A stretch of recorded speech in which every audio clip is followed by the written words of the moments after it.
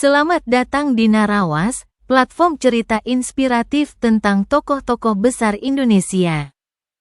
Hari ini, kita akan mengupas perjalanan hidup seorang tokoh yang dikenal sebagai Bapak Pluralisme dan Demokrasi, yakni Abdurrahman Wahid, atau yang akrab disapa Gus Dur.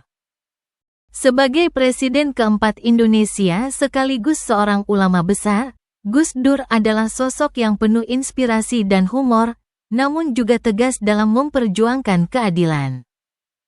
Bagaimana perjalanan Gus Dur dari dunia pesantren hingga menjadi pemimpin bangsa?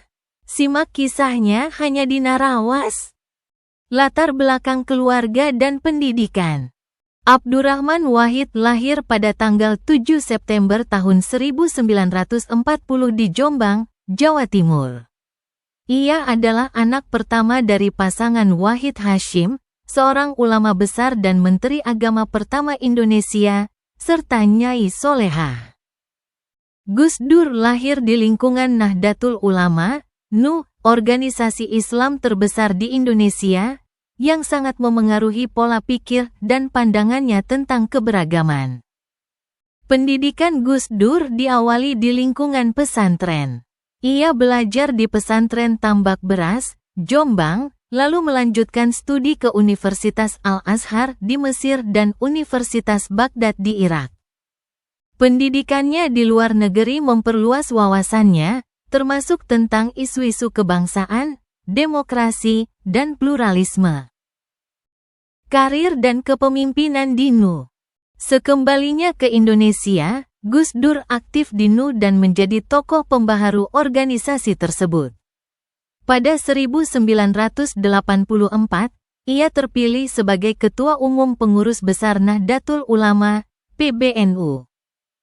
Gus Dur menginisiasi gerakan Kembali ke Kita 1926, yang mengembalikan NU sebagai organisasi keagamaan dan mengurangi keterlibatan dalam politik praktis. Sebagai pemimpin NU, Gus Dur dikenal sebagai sosok yang menjunjung tinggi toleransi antarumat beragama dan membangun dialog lintas agama. Hal ini menjadikannya salah satu tokoh Islam moderat yang dihormati di dalam dan luar negeri. Menjadi Presiden keempat Indonesia. Pada 1998, di tengah reformasi politik pasca Orde Baru, Gus Dur terjun ke dunia politik dengan mendirikan Partai Kebangkitan Bangsa, PKB. Dalam sidang umum MPR tahun 1999, Gus Dur terpilih sebagai Presiden keempat Republik Indonesia menggantikan B.J. Habibie dengan Megawati Soekarnoputri sebagai Wakil Presiden. Kepemimpinan Gus Dur dikenal dengan pendekatan yang unik, penuh humor, namun juga syarat dengan langkah-langkah strategis, antara lain. 1. Membubarkan Kementerian Penerangan dan Kementerian Sosial, yang dianggap tidak relevan. 2. Mencabut larangan aktivitas politik dan kebudayaan Tionghoa dan menetapkan Imlek sebagai hari libur nasional. 3. Memperkuat kebebasan pers dan HAM, melanjutkan reformasi demokrasi yang sudah dimulai. 4. Memulai rekonsiliasi nasional, termasuk menggagas perdamaian di Aceh dan Papua. Namun, kepemimpinannya juga menghadapi banyak tantangan, termasuk kritik terhadap kebijakan dan kontroversi di lingkaran pemerintahannya. Pada 2001, Gus Dur diberhentikan oleh MPR melalui sidang istimewa. Kehidupan pribadi dan filosofi hidup. Gus Dur menikah dengan Sinta Nuriyah pada 1968 dan dikaruniai 4 anak perempuan. Kehidupan pribadinya penuh kesederhanaan, meskipun ia memegang peran penting di tingkat nasional. Gus Dur dikenal sebagai sosok yang cerdas, humoris, dan santai. Filosofi hidupnya yang menghormati perbedaan menjadi inspirasi banyak orang di Indonesia dan dunia. Warisan Gus Dur, pluralisme dan demokrasi. Setelah tidak lagi menjabat sebagai presiden, Gus Dur tetap aktif di dunia sosial dan keagamaan.